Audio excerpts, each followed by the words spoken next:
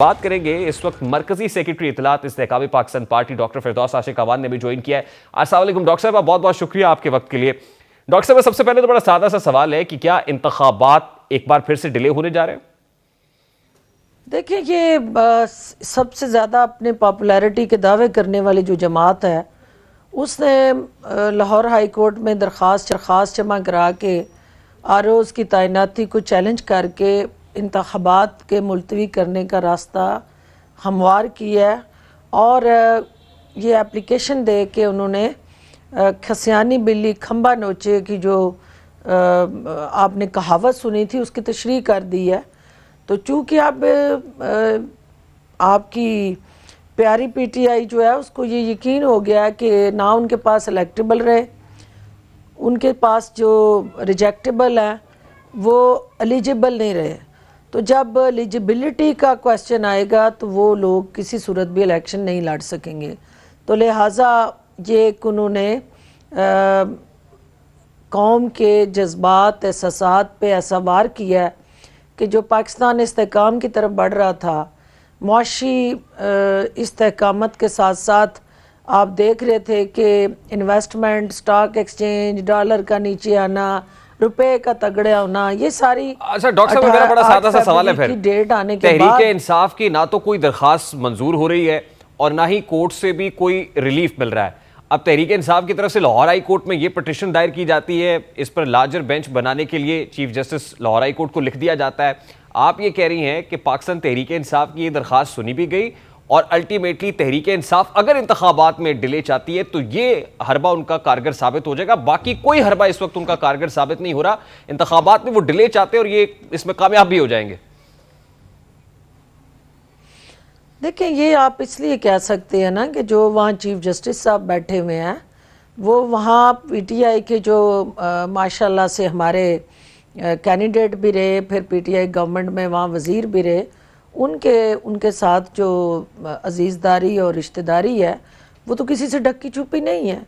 और फिर इन्हीं कोर्ट्स ने थोक के हिसाब से पीटीआई को रिलीफ भी दिए हैं, जिनसे आज आप कह रहे हैं कि उनके हक़ में फ़ैसले नहीं आ रहे।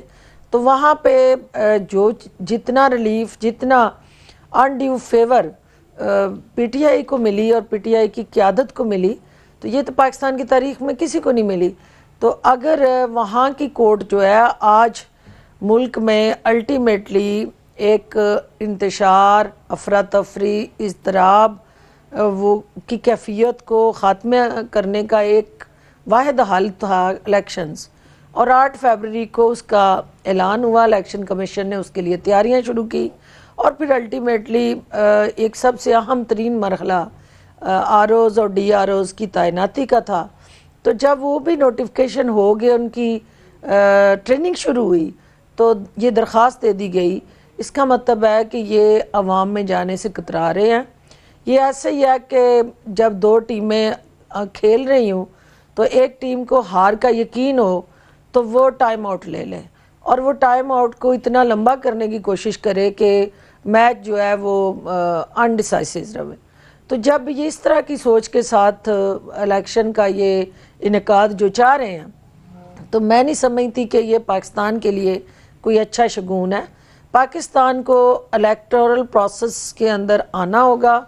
जितनी जल्दी हम इलेक्शन जो है उनको, ठीक, पहली बात तो आप ये कह रही है कि ये गुड कोर्ट और बैड कोर्ट का चक्कर है। लाहौर हाई कोर्ट से पाकिस्तान तहरीक इंसाफ को मुमकिन तौर पर रिलीफ मिलता है और एक बार फिर उनको इसी सूरत में रिलीफ मिलेगा कि इंतखाबात डिले हो जाएंगे। सबसे पहली बात तो आप ये कह रही।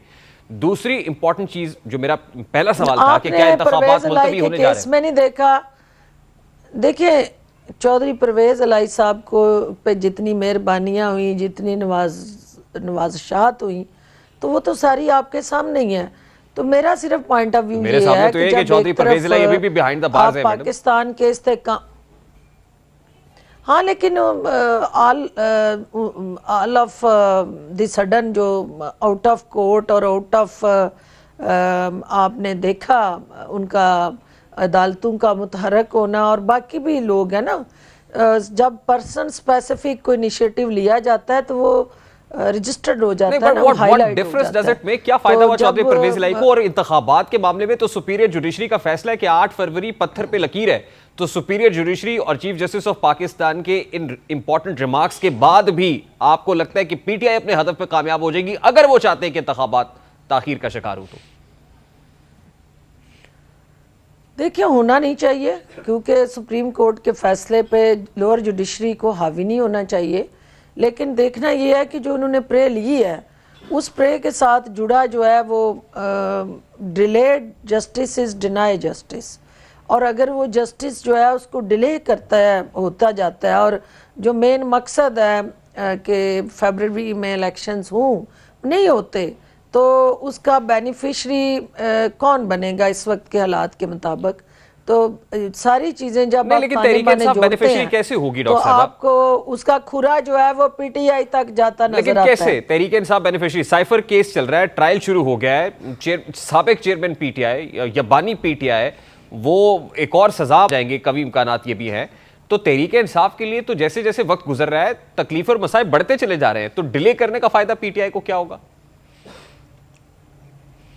देखिए, इस मुल्क के अंदर स्टेबिलिटी आना जो है वो सबसे बड़ा इस पाकिस्तान के लिए एक मौजूदा हालात के तनाज़र में एक अहम तरीन मोड़ है, और पीटीआई कभी नहीं चाहती, और ख़ास तौर पे चेयरमैन पीटीआई कभी नहीं चाहेंगे कि इस मुल्क के अंदर उनके बगैर कोई हुकूमत में आए, और वो चाहते हैं कि हुकूमत बने तो मेरी बने, और जब तक हुकूमत नहीं बनती, क्योंकि एक मुस्तकिल हुकूमत, सस्टेनेबल हुकूमत जो है वो वोट की ताकत से ही बनेगी, तो वो चाहते हैं कि जब तक इलेक्शन के लिए मेरे लिए फ़ज़ा और माहौल साजगार नहीं होता तब तक इलेक्शन का इनेकाद सस्पेंडेड रहे, और इसी तरह की गुमगू कैफियत से कौम गुजरे, और गैर यकीनी सूरत हाल जो है वो पाकिस्तान को अदम इस्तेहकाम का शिकार करे, ताकि उनके लिए जो है वो स्पेस और एक उनकी जमात की जो सोच है, यानी डॉक्टर साहब आप ये समझती हैं कि मसाइल का हल इंतखाबात नहीं है, के अवाम को यानी वो स्टेबिलिटी जो गुमराह है किए रखे। वो इलेक्शन से ही मशरूत है, ये तो आप एग्री करती हैं इस बात?